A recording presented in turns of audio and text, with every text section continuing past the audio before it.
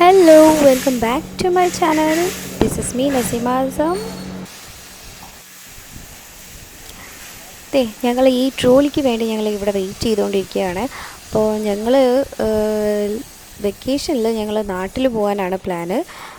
Minicoy island Lakshadweep. So ഞങ്ങൾ ട്രോളിക്ക് എത്തി. ഞങ്ങളുടെ ബാഗേജൊക്കെ കാറിൽ നിന്ന് എടുത്ത് ഞങ്ങൾ ട്രോളിയിൽ വെക്കുകയാണ്. എൻ്റെയും മോൻ്റെയും പിന്നെ ആൻറ്റീൻ്റെയും ടിക്കറ്റ് ഒന്നും ഞങ്ങൾക്ക് കൺഫേം ആയിട്ടില്ല. ഹസ്ബൻഡ് ടിക്കറ്റ് കൺഫേം ആയി ബിക്കോസ് ഓഫ് VQ എമർജൻസി കോട്ട. അതും വളരെ പാടുപെട്ടാണ് ഞങ്ങൾക്ക് കിട്ടിയത്. നാട്ടിലേക്ക് പോകാമെന്ന് പറഞ്ഞാൽ ഭയങ്കര പാടാണ്. ടിക്കറ്റൊന്നും കിട്ടില്ല, ആർക്കും കിട്ടാറില്ല. ആർക്കൊക്കെയോ കിട്ടുന്നുണ്ട്, പോകുന്നുമുണ്ട്. എന്തോ ഏതോ ആരോട് പറയാൻ, ആര് കേൾക്കാൻ.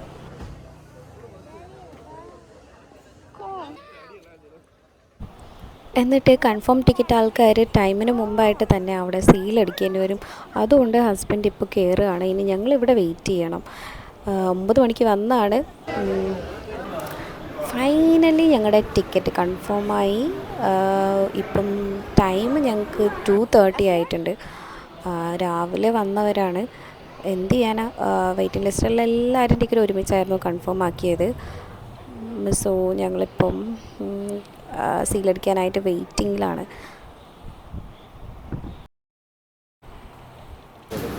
ഒക്കെ കഴിഞ്ഞു. ഞങ്ങളുടെ ലഗേജൊക്കെ സ്കാൻ ചെയ്ത് വന്നിട്ടുണ്ട്.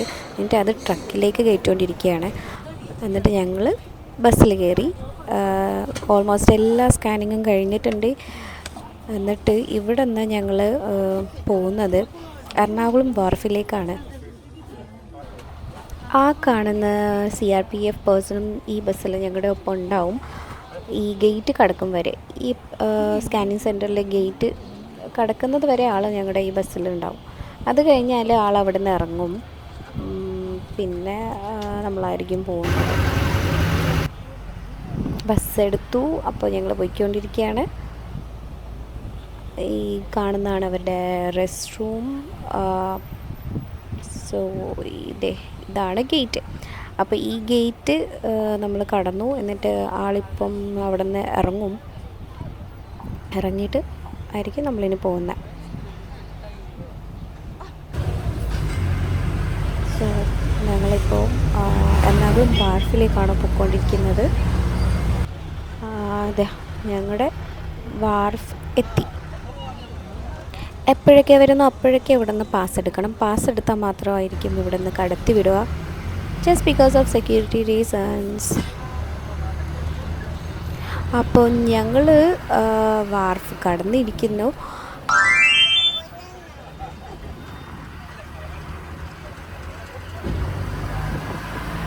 ആ കാണുന്നതാണ് ഞങ്ങൾ കയറാനുള്ള MV ലഗൂൺ.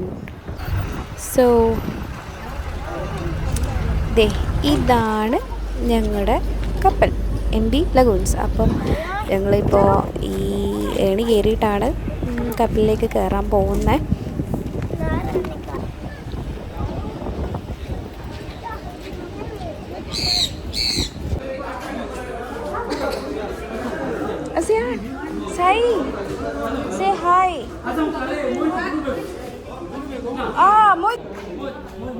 ലഗേജൊക്കെ നമുക്ക് ലഗേജ് റൂമിൽ വെക്കേണ്ടി വരും. അപ്പോൾ അതിൻ്റെ തിരക്കിലാണ്. ലഗേജൊക്കെ കറക്റ്റായിട്ടുണ്ടോ എന്ന് നോക്കിയിട്ട് അവർ കൊണ്ടുപോയി വെക്കാൻ പോവാണ്. ഫൈനലി ഞങ്ങൾ ലഞ്ചിന് വന്നേക്കുകയാണ് ക്യാൻറ്റീനിലേക്ക്. ഒരു ഈവനിങ് ഒരു 3:30 ആയി.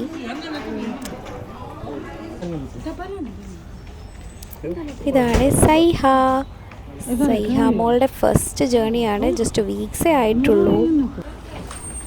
ഈ പ്രാവശ്യം ഞങ്ങൾക്ക് ബംഗ്ലാസാണ് കിട്ടിയേക്കുന്നത്. അപ്പോൾ ഞങ്ങളുടെ ജേണി സ്റ്റാർട്ട് ചെയ്തു. ഞങ്ങളുടെ കപ്പലിപ്പം വാർഫിൽ നിന്ന് എടുത്തുകൊണ്ടിരിക്കുകയാണ്.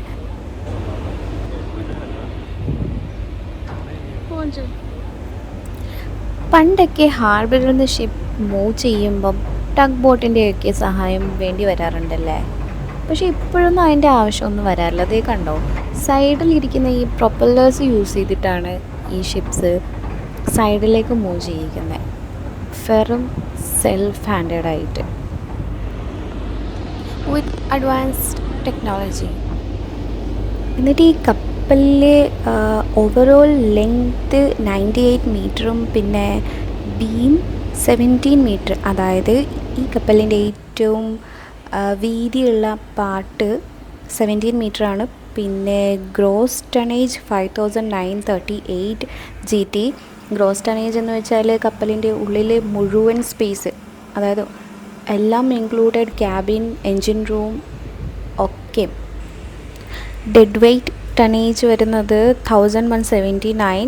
ഈ ഡെഡ് വെയ്റ്റ് ടണേജ് എന്ന് വെച്ചാൽ ഈ കപ്പലിലേക്ക് കയറ്റാൻ പറ്റാവുന്ന മുഴുവൻ വെയ്റ്റ്, അതായത് passenger, fuel, cargo, water, crew എല്ലാം കൂടിയിട്ടുള്ള ആ ഒരു കപ്പലിലേക്ക് കയറ്റാൻ പറ്റുന്ന ഓവറോൾ വെയ്റ്റിനെയാണ് ഈ ഡെഡ് വെയ്റ്റ് ടണേജ് എന്ന് ഉദ്ദേശിക്കുന്നത്. ഇതാണ് കേരളത്തിലെ ഏറ്റവും ലോങ്ങസ്റ്റ് ആയിട്ടുള്ള ലേക്ക്, പിന്നെ ഏറ്റവും ലാർജസ്റ്റ് ആയിട്ടുള്ള back water system. Cochin shipyard, Wellington island, പിന്നെ ഇന്ത്യൻ നേവൽ ബേസ് റൈറ്റ് സൈഡിലായിരിക്കും. ബോൾഗാട്ടി, തേവരയൊക്കെ ഈ ലെഫ്റ്റ് സൈഡിലായിരിക്കും. കപ്പലിൻ്റെ അപ്രോക്സിമേറ്റ് സ്പീഡ് 15 knots ആണ്. പിന്നെ ഇത് ബിൽഡ് ചെയ്തേക്കുന്നത് 2015 കൊളംബോ ഡോക്യാർഡ്, ശ്രീലങ്കയിൽ നിന്നാണ്. ഇതുവരെ മാത്രമേ പൈലറ്റ് ഉണ്ടാവുള്ളൂ. പിന്നെ പൈലറ്റ് ഇവിടെ നിന്ന് അങ്ങോട്ടേക്ക് ഇറങ്ങും, ഇതിലാണ് ഇറങ്ങുക.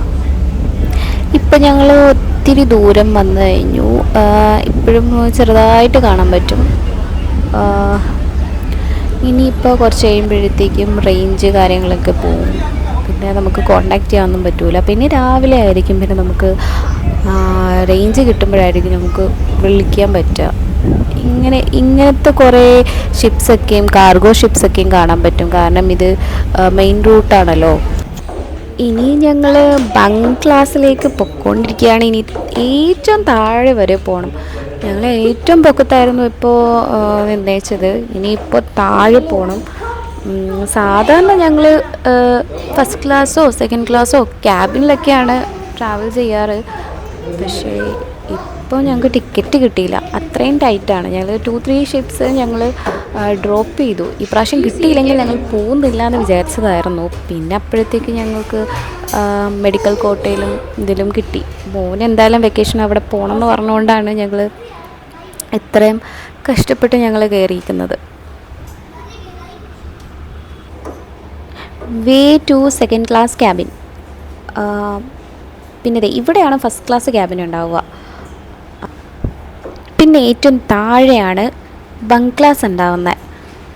ഈ മൺസൂൺ സീസണിലൊക്കെ ആണെങ്കിൽ നല്ല റഫായിട്ടുള്ള കടലൊക്കെ ഉള്ള ടൈമൊക്കെ ആണെങ്കിൽ ഈ ബങ്ക് ക്ലാസ്സൊക്കെ ആയിരിക്കും നല്ലത്. സോ ഫൈനലി ഞങ്ങളെത്തി. ഇതാണ് ഞങ്ങളുടെ ബങ്ക് ക്ലാസ്സിലേക്കുള്ള വഴി. അപ്പോൾ ദിസ് വേ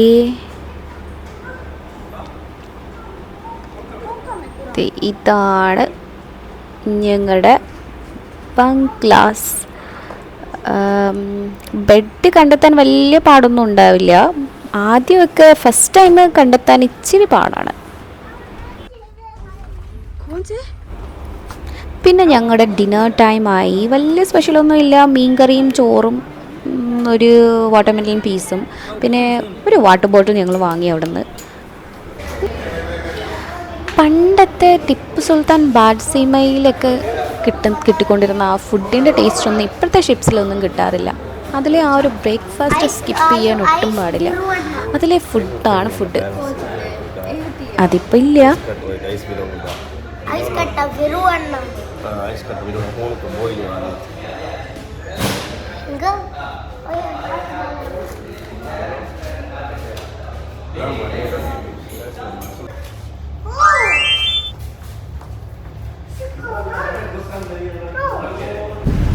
നൈറ്റ് ഒരു 8 o'clock ആയപ്പോൾ ഞങ്ങൾ വിചാരിച്ചു ഒന്ന് മുകളിൽ പോയിട്ട് വന്നാലോ എന്ന് വിചാരിച്ച് ഞങ്ങൾ വന്നതാണ്. 2 ആളെയും കൂട്ടിയിട്ട് ഒന്ന് മുകളിൽ വരെ വന്നതാണ്, ഇവർക്കൊന്ന് ചേഞ്ച് ആവാനായിട്ട്. They are having cousins time. ഞങ്ങൾക്ക് റേഞ്ച് കിട്ടി തുടങ്ങിയൊക്കെ വന്നാണ്. ഞങ്ങൾക്ക് മോർണിംഗ് ആയപ്പോൾ തന്നെ റേഞ്ച് കിട്ടി തുടങ്ങി. പക്ഷേ ഞങ്ങൾക്ക് അടുക്കാൻ പറ്റൂല. അവിടെ വേറൊരു ഷിപ്പും ഇന്ന് വരുന്നുണ്ട്. സോ ടൂറിസ്റ്റ് ഷിപ്പാണ് കവരത്തി ഷിപ്പ്. അതിലപ്പോൾ രാവിലെ അവിടെ ജെട്ടിയിൽ ടൂറിസ്റ്റിനൊക്കെ ഇറക്കിയിട്ട് അത് അവിടെ നിന്ന് മാറിയാലേ ഞങ്ങൾക്ക് അവിടെ അടുക്കാൻ പറ്റുള്ളൂ. അപ്പോൾ വലിയ നേരത്തെ പോയി എത്തിയിട്ടും കാര്യമൊന്നുമില്ല. അങ്ങനെ പതിയെ പതിയെ ആ കാണാൻ ഒരു പൊടിക്കൊരു ഇതായിട്ട് കാണുന്നതാണ് ഐലൻഡ്. കണ്ടില്ലേ, അതാണ് ഐലൻഡ്. നല്ല രസമല്ലേ കാണാനായിട്ട്. ഈ ബ്ലൂ, ഡാർക്ക് ബ്ലൂ സീ. പിന്നെ കുറച്ച് മഴയൊക്കെ ഉണ്ടെന്ന് തോന്നുന്നു. അതെ, അടുത്തപ്പോൾ ഇങ്ങനെയാണ് കാണുന്നത്, കണ്ടോ.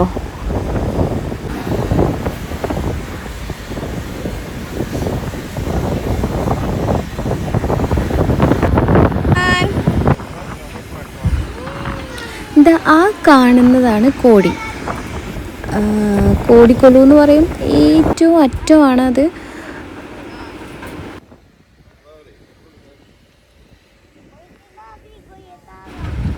ഞങ്ങളെത്തിയപ്പോഴത്തേക്കും നല്ല കാർമേഘവും ഒരു സൈഡിലേക്ക് മഴ പെയ്തു തുടങ്ങിയിട്ടുണ്ടായിരുന്നു.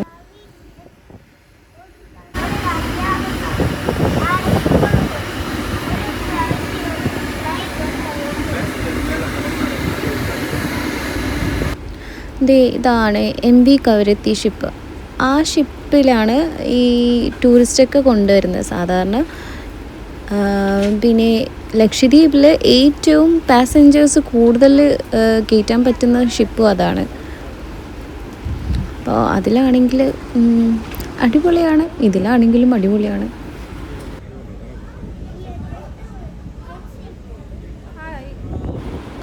ഈ കാണുന്നതാണ് നേവൽ ബേസ്, ഞങ്ങളുടെ നാട്ടിലുള്ള നേവി ലാൻഡ്. മഴ പെയ്ത് തുടങ്ങി. ഇപ്പം നാടൊക്കെ മങ്ങി തുടങ്ങി. നല്ല മഴയാണ്, നല്ലോണം പെയ്ത്. അപ്പോൾ ഇങ്ങോട്ടേക്കും വന്നു തുടങ്ങി. ഇനി കുറച്ച് കഴിയുമ്പോഴത്തേക്കും ഞങ്ങൾക്ക് ഉള്ളിൽ പോകേണ്ടി വരും. ഭാഗ്യത്തിന് അധികമില്ല, ഒരു ഡ്രിസിലിംഗ് ആണ്, എന്നാലും കുഴപ്പമില്ല. ഇതാണ് ഷിപ്പിലെ ഏറ്റവും ബാക്ക് സൈഡ്. ഇപ്പോൾ ഞങ്ങൾ ഷിപ്പ് നിർത്തിയേക്കുവാണ്. പതുക്കെ ഒന്ന് ഓടിത്തുടങ്ങി. യെസ്, അപ്പം അവിടെ നിന്ന് കവരത്തി കപ്പൽ എടുത്തിരിക്കുന്നു. അപ്പോൾ ഇനി ഞങ്ങളുടെ ഊഴമാണ്. അപ്പം ഞങ്ങളിനി നാട്ടിലേക്ക് അടുത്തുകൊണ്ടിരിക്കുകയാണ്. ഇതാണ് ഈസ്റ്റേൺ ജെട്ടി. അതായത് ഞങ്ങൾ ഷിപ്പൊക്കെ കിട്ടുന്നത് ഈ ജെട്ടിയിലായിരിക്കും. സീ നല്ല റഫാണെങ്കിലൊന്നും അവിടെ കെട്ടാൻ പറ്റില്ല. ഞങ്ങളുടെ ഇത് റോപ്പൊക്കെ തനിയെ പൊട്ടിപ്പോവും, കാരണം അത്രയും ഫോഴ്സായിരിക്കും. അപ്പോൾ അന്നേരമൊന്നും അതിൽ കെട്ടാൻ പറ്റാറില്ല. ഇനി ഈ കപ്പൽ ഇനി അവിടെ നിന്ന് മാറി അവിടെ ഇനി ഡ്രിഫ്റ്റ് ചെയ്തുകൊണ്ടിരിക്കും നാട്ടിൽ ചുമ്മാ വെറുതെ. അപ്പോൾ ഇനി ഞങ്ങൾ അടുക്കാൻ വേണ്ടി പോവാണ്. ഇതാണ് ഞങ്ങളുടെ നാട്ടിലെ ഈസ്റ്റേൺ ജെട്ടി. ഇതാണ് മിനിക്കോയ് ഐലൻഡ്. ഈ ഐലൻഡിലാണ് ഈ ദിവേഹി ലാംഗ്വേജിൽ സംസാരിക്കുന്നത്. ബാക്കി എല്ലാ ഐലൻഡ്സിലും ഒരു കൊലോക്കൽ ലാംഗ്വേജ് ജസറി എന്ന് പറയും. അതൊരു മലയാളം, ഒരു മലബാർ സൈഡിലുള്ള മലയാളം ഇല്ലേ, ഒരു ഏകദേശം അങ്ങനെ ഇതായിട്ട് വരും. പക്ഷേ ഈ ഐലൻഡിൽ മാത്രം വേറെ ലാംഗ്വേജാണ്. ഞങ്ങളുടെ ലാംഗ്വേജ് എന്ന് പറയുന്നത് ദിവേഹി എന്ന് പറയും. അത് ഈ മോൾഡീവ്സിലെ ലാംഗ്വേജുമായിട്ട് സെയിമാണ്. മോൾഡീവ് ലാംഗ്വേജ് എന്നും പറയാം. ഞങ്ങൾ പക്ഷേ പറയുന്നത് മഹലാണ് ഞങ്ങളുടെ ലാംഗ്വേജിൽ. അപ്പോൾ മോൾഡീവ്സിലേക്ക് ദിവേഹി എന്നാണ് പറയുക. പിന്നെ ഞങ്ങൾക്ക് ലിപിയൊക്കെ ഉണ്ട്, അത് റൈറ്റ് ടു ലെഫ്റ്റാണ് ഞങ്ങൾ എഴുതാറ്. അപ്പോൾ അങ്ങനെ.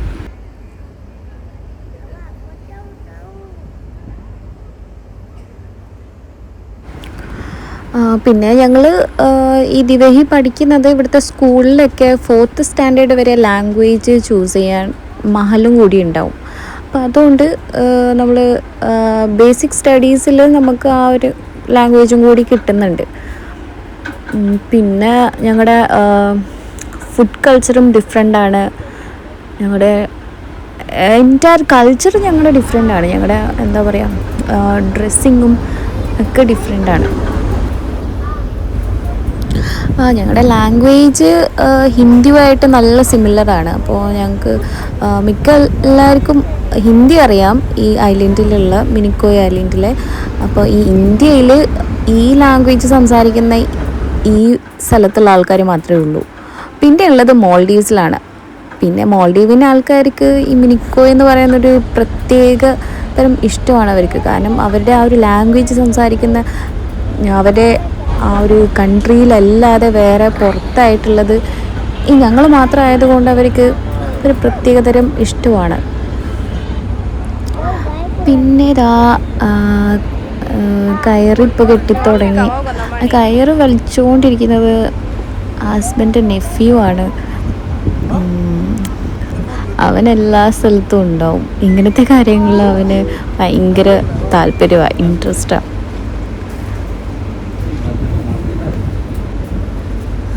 ഇങ്ങനെയാണ് ഷിപ്പ് കെട്ടാറ്. കുറച്ച് ടൈം എടുക്കും. ഇങ്ങനെ ഓരോ റോപ്പൊക്കെ എടുത്ത് അതിൽ ഇങ്ങനെ കൊണ്ടുവന്ന് കെട്ടി. നല്ല വെയിറ്റ് ആയിരിക്കും ആ റോപ്പിനൊക്കെ അല്ലേ. ഓൾമോസ്റ്റ് ഞങ്ങളുടെ ഷിപ്പ് അടുത്തു. ഇനി അവർ ഗാങ് വേ ഇറക്കും. അതിനുശേഷം ഞങ്ങൾക്ക് ഇറങ്ങാം. അപ്പോൾ ഇനി ഞങ്ങൾ ഉള്ളിലേക്ക് പോവേണ്ട ടൈമായി എന്ന് തോന്നുന്നു.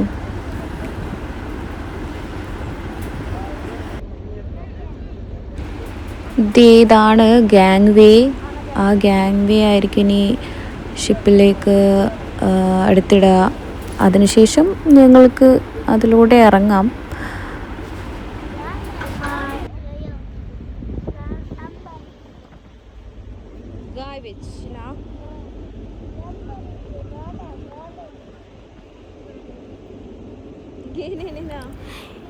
ഷിപ്പ് അടുത്തു. ഇനി ഞങ്ങൾ ഇറങ്ങാറായി.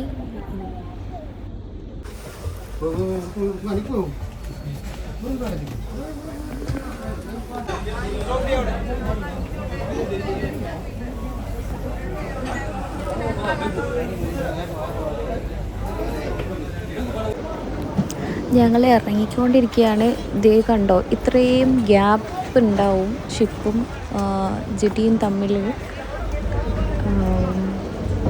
പിന്നെ ഇത് ചില സമയത്ത് നല്ലോണം ഇളകിക്കൊണ്ടിരിക്കും. കാരണം കടൽ എങ്ങനെയാണ് അനുസരിച്ചിട്ടാണ് ഇതിൻ്റെ മൂവ്മെൻ്റ് ഒക്കെ ഉണ്ടാവുക. ഇത് ചെറുതായിട്ട് മൂവ് ചെയ്യുന്നുണ്ട്, പക്ഷെ എന്നാലും വലിയ കുഴപ്പമൊന്നുമില്ല.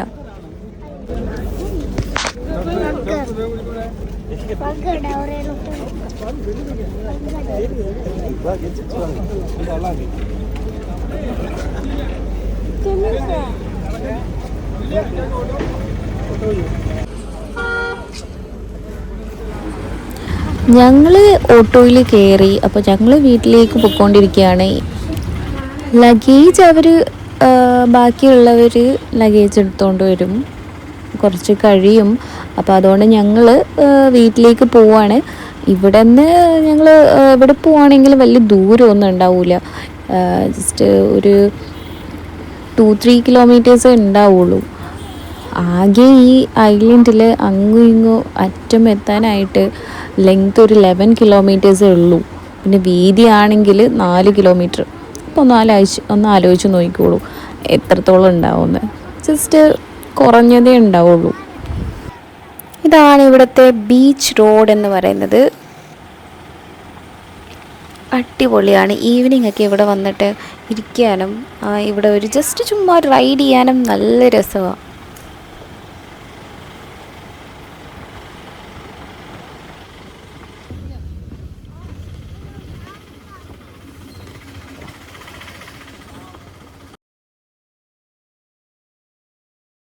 ഈ ലെഫ്റ്റ് സൈഡിൽ കാണുന്നതല്ല, ഇത് കഴിഞ്ഞിട്ടുള്ള ആ ഒരു ബിൽഡിങ് JB സ്കൂളാണ്, ജൂനിയർ ബേസിക് സ്കൂൾ. ആ കാണുന്നത് ഒമിനി കേടായി വെച്ചേക്കുവാണ് അവിടെ, അങ്ങനെ തന്നെ ഇട്ടേക്കുവാ. ഇവിടെ ഉള്ള ട്രാക്ടറാണ്.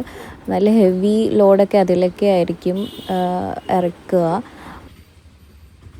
റൈറ്റിലേക്ക് പോയിട്ടാണ് ഞങ്ങൾ പോവുക.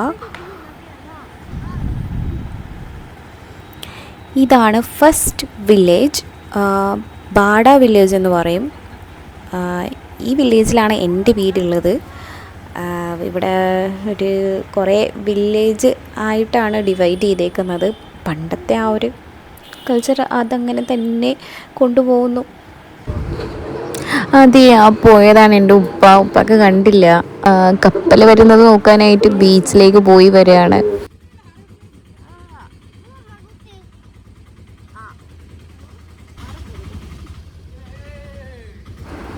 സോ ഞങ്ങളിതാ എത്തി. വീഡിയോ ഇഷ്ടപ്പെട്ടെങ്കിൽ ലൈക്ക് ചെയ്യുക, സബ്സ്ക്രൈബ് ചെയ്യുക. Thanks for watching.